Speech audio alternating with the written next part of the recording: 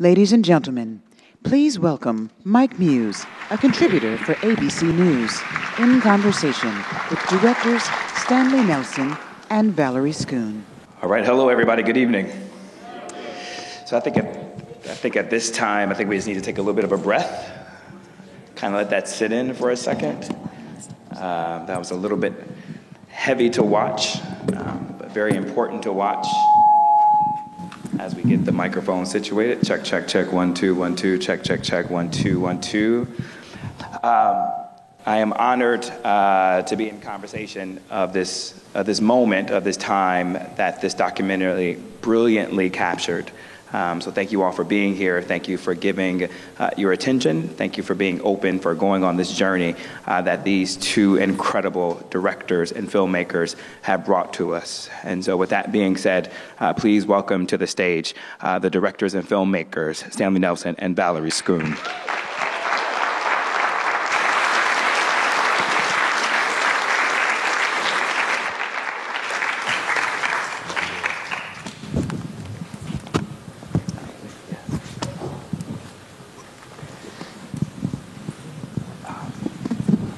I just wanted to start by saying thank you.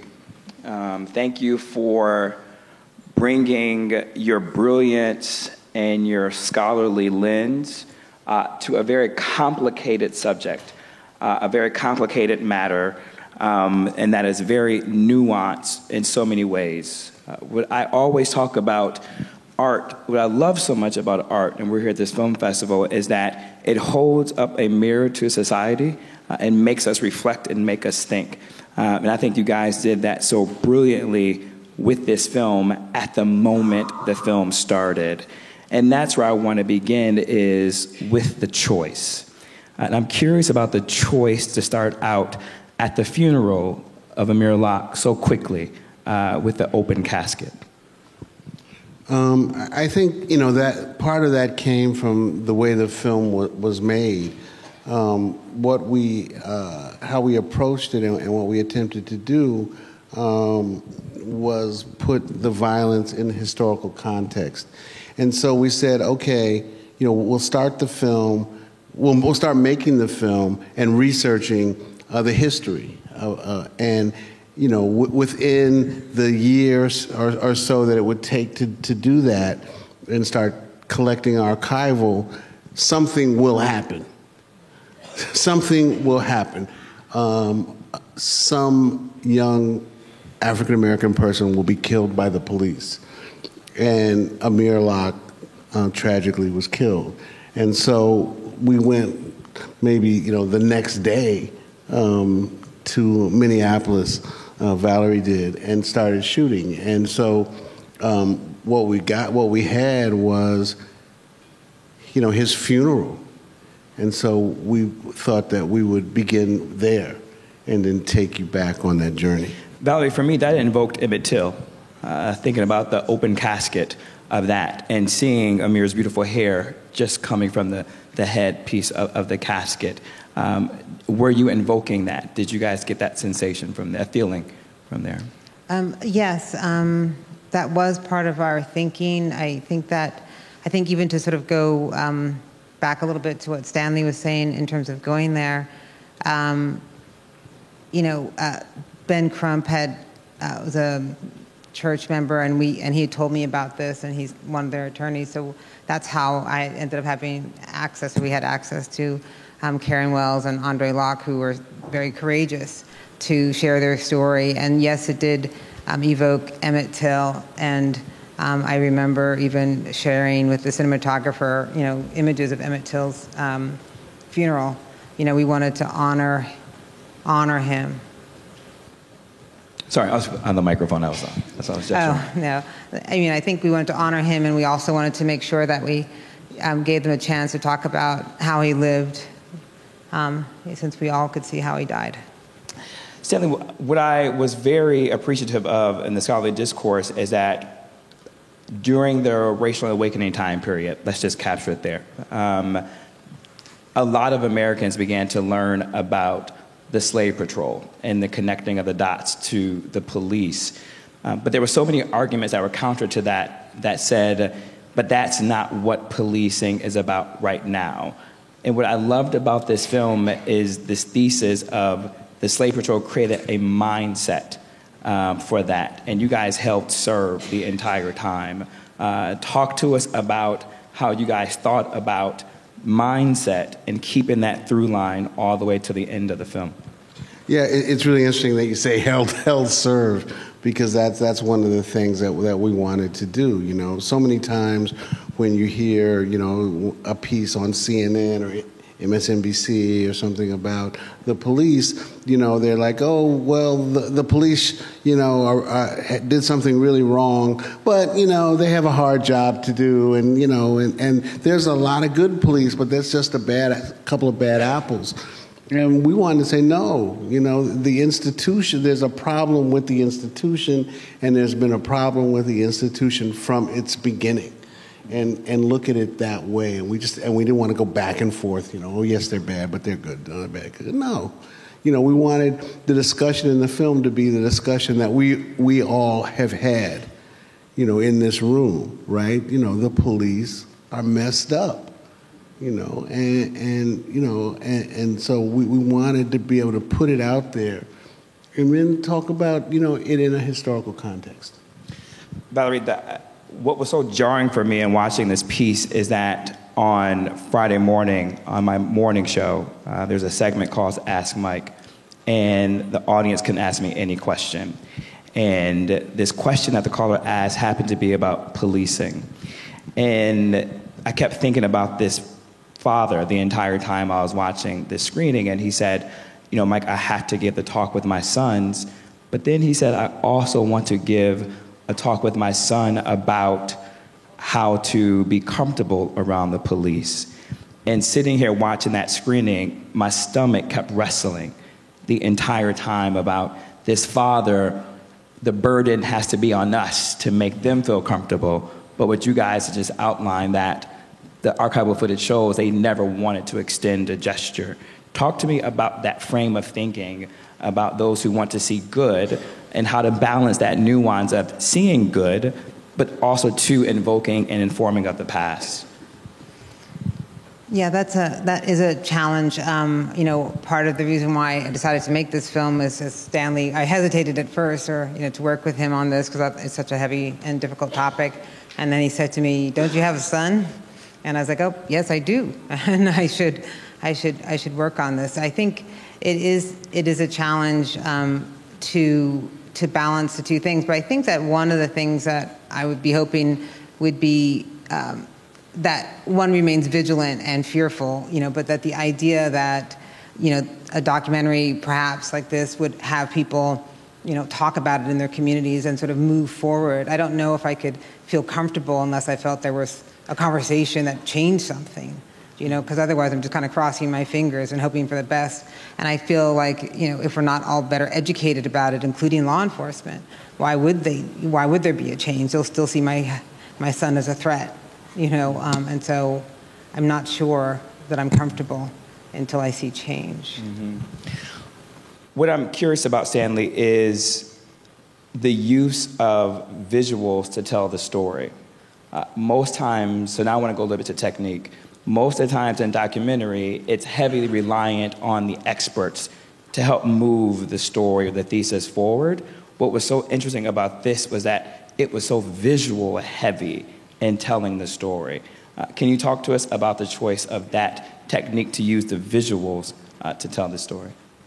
Yeah, I mean, I think that seeing is believing, and that we had to see it over and over again, and when you see any one of those incidents, you can think, oh, well, it's just a bad cop, or this guy just had a bad day, but when you see it happen over and over again, you understand that it is systemic. One of the things that we spent a lot of time with in making the film was how can we go to the edge and not go over the edge? we did not want it to be trauma porn, and we really thought a lot about that. And, Valerie was great in that because Valerie probably was the most sensitive person on the team, with me and her, the editor.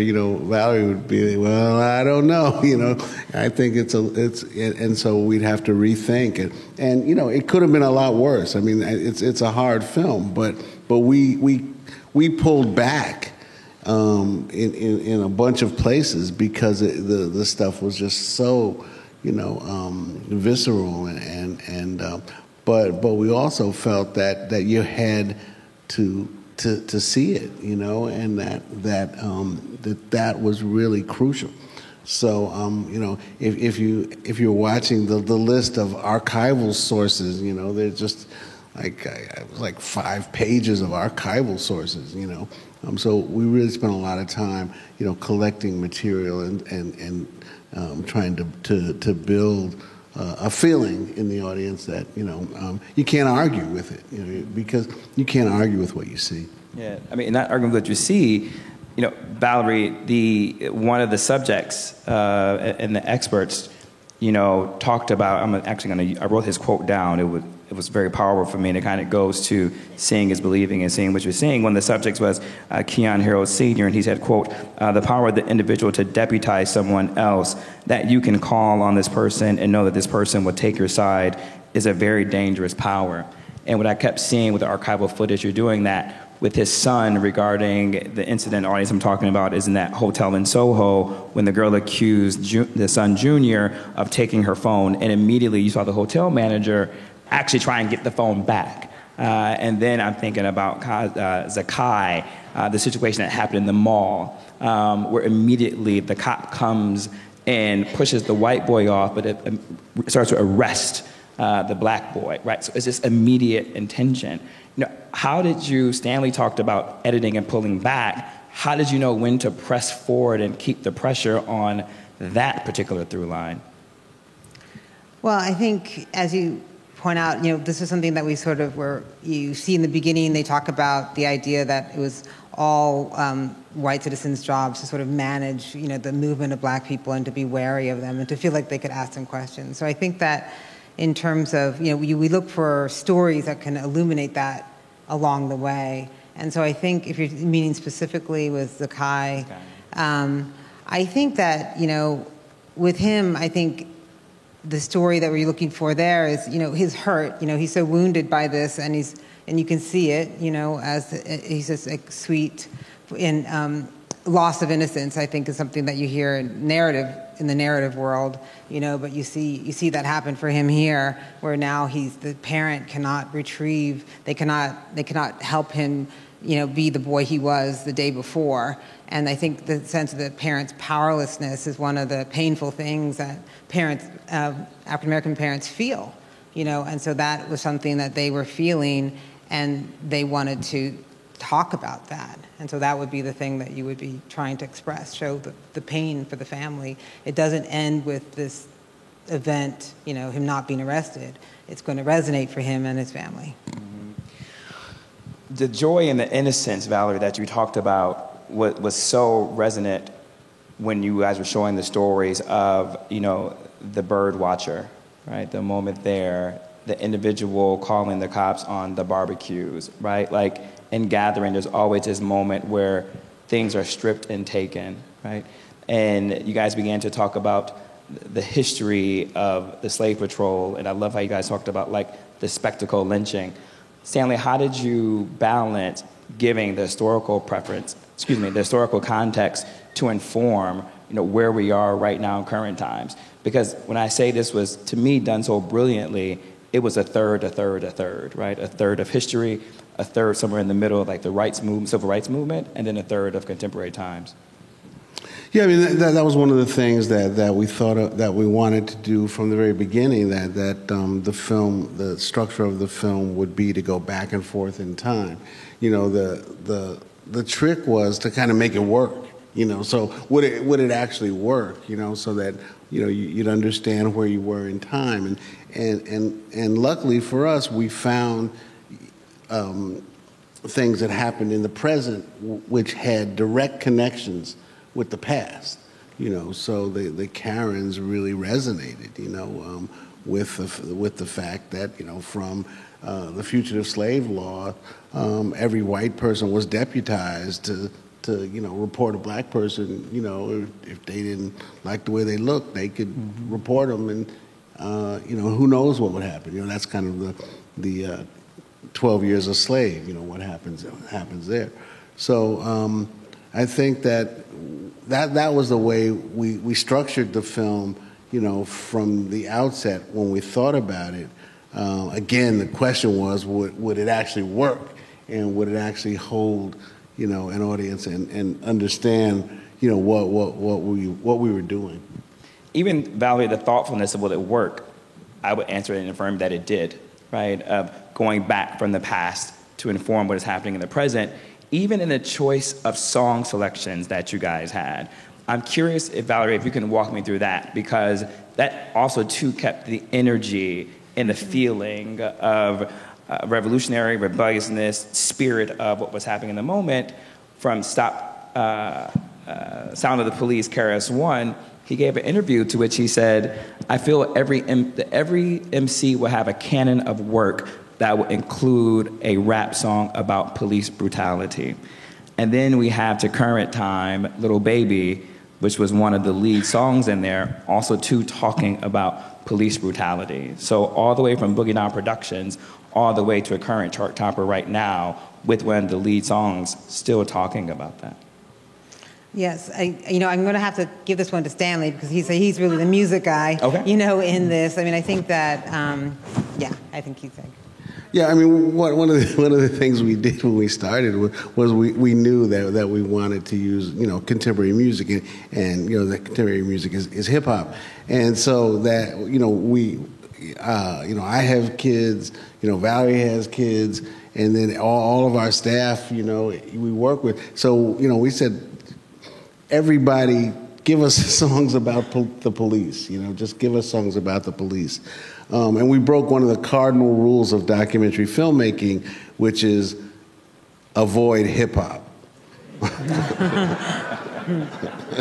Because, a lot of times those guys are crazy. I mean, like, they're making so much money that can we use your song? Yeah, $150,000 for 10 seconds. So, one of the cardinal rules is don't use hip hop. But we did, and we put it in the cut. And I have to give it to ABC News Studios, because they said, okay, we can kick in a little more money to pay for the rights, and so that we were able to negotiate. So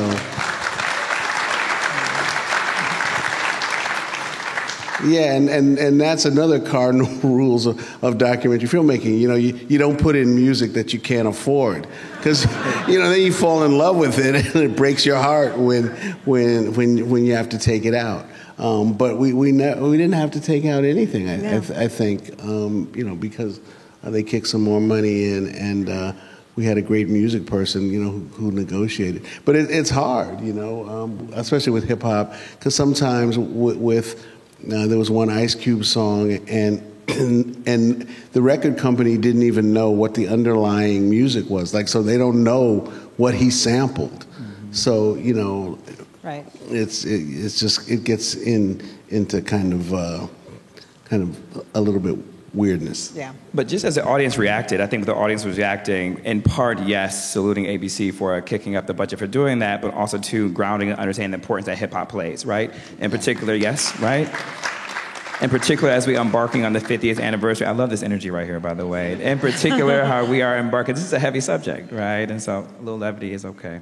No, I just want to say, I mean, it would have been an entirely different film if we couldn't use that music. Because hip hop, it was totally, it was so important to the music. I mean, to the film. I mean, because they're only hip hop is talking about police violence in the music. Yeah. And also it kind of raises the energy, and it was just essential.